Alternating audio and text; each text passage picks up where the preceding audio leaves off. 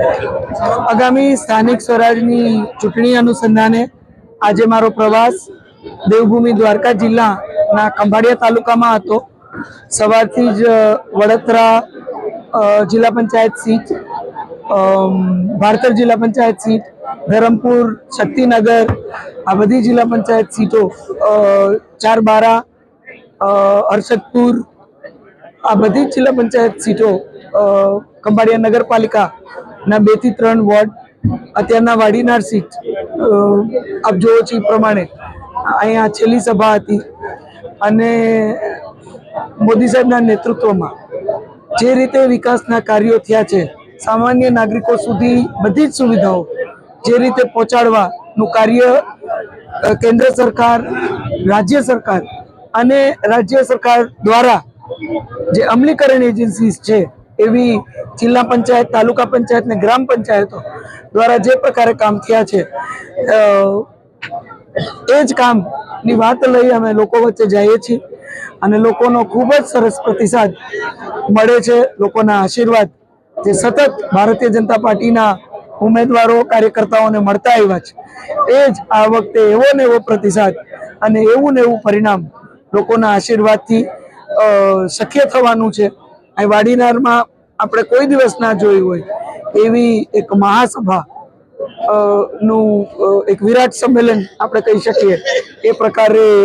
વાડીનાર જિલ્લા પંચાયત સીટનું આજે ખૂબ મોટું સંમેલનનું આયોજન કરવામાં આવ્યું। સ્વયંભૂ નાગરિકો બધી જ સીટોમાં મોટી સંખ્યામાં ઉપસ્થિત રહે છે અને લોકો પણ અમુક સીટોમાં જે આજ સુધી ભારતીય જનતા પાર્ટી કદાચ જીતી નથી શકી એ સીટોમાં ક્યાંક બદલાવ ઈચ્છે છે અને બદલાવ એટલે ઈચ્છે છે કે હવે લોકો અને યુવા પેઢી જાગૃત થઈ છે। યુવા પેઢી હવે સુવિધાઓને ઝંખે છે, એના અધિકારો એના સુધી પહોંચે, એ વ્યવસ્થા એના સુધી પહોંચે એ વ્યવસ્થાઓને ઝંખે છે અને એને ખબર છે એકમાત્ર પાર્ટી એ સુવિધાઓ, એ સુરક્ષા, એ સમરસતા એના સુધી પહોંચાડી શકે, એ પ્રકારના ની વ્યવસ્થા એના સુધી પહોંચાડી શકે તો ભારતીય જનતા પાર્ટી છે। અને એ નાગરિકોની ઉપસ્થિતિના માધ્યમથી આપણે સૌ જોઈ શકીએ છીએ। ત્યારે મને ખાતરી છે કે આ વખતે મજબૂતીથી આખા જામનગર સંસદીય ક્ષેત્રમાં ફરીથી એક વખત જિલ્લામાં, તાલુકામાં, કોર્પોરેશનમાં અને નગરપાલિકામાં મજબૂતીથી કમળ ખીલી અને ભારતીય જનતા પાર્ટીના સર્વે પ્રતિનિધિઓને આ સમગ્ર ક્ષેત્રની સેવાની ફરીથી અવસર અને તક નાગરિકો દ્વારા આપવામાં આવશે। આજે ખંભાળિયા નગરપાલિકાના 9 નંબરના વોર્ડનો કાર્યાલયનું ઉદ્ઘાટન અને જાહેર સભાનું આયોજન વોર્ડ નંબર 9 અને શક્તિનગર જિલ્લા પંચાયતની સીટનું અહીં સંયુક્ત રીતે આજે જાહેર સભા છે। આજના આ સ્થાનિક સ્વરાજ્યની ચૂંટણીમાં જાહેર સભામાં આપણા જામનગરના અને દ્વારકા જિલ્લાના સાંસદ શ્રી પૂનમબેન માડમ ઉપસ્થિત છે, જિલ્લા ભાજપના પ્રભારી પુનિતભાઈ શર્મા, જિલ્લા અધ્યક્ષ શ્રી અને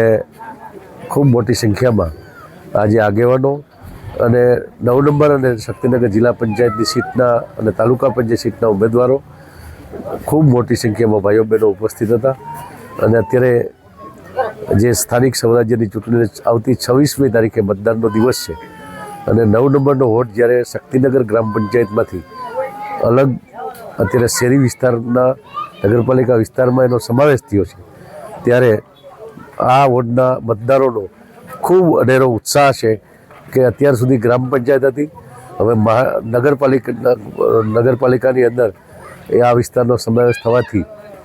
જે શહેરી વિસ્તાર માટે નગરપાલિકાને રાજ્ય સરકાર તરફથી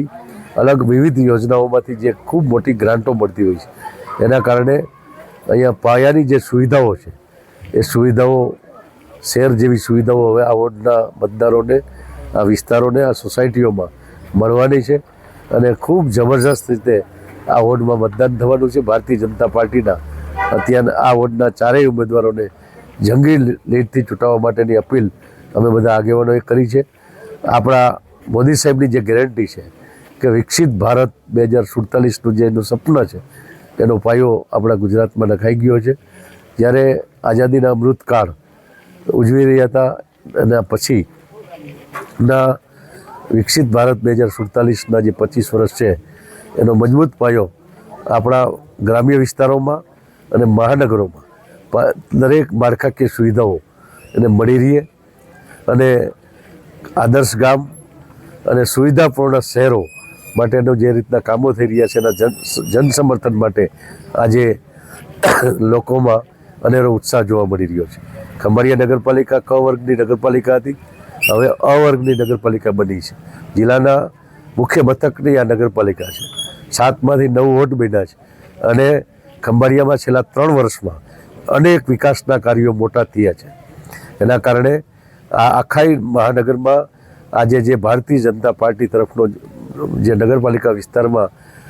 માહોલ ઊભો થયો છે એમાં સામેની પાર્ટીના ઉમેદવારોની ડિપોઝિટ પણ બચવાની નથી એ પ્રકારનું જન સમર્થન અત્યારે ભારતીય જનતા પાર્ટીને મળી રહ્યું છે.